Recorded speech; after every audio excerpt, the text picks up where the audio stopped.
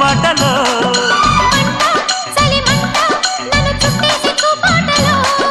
గంట అరగంట సరిపోవంత ముద్దాటలో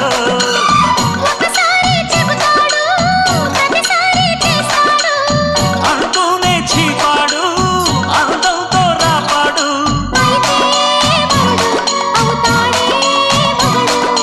అసలే రతివి అవుతావే సతివి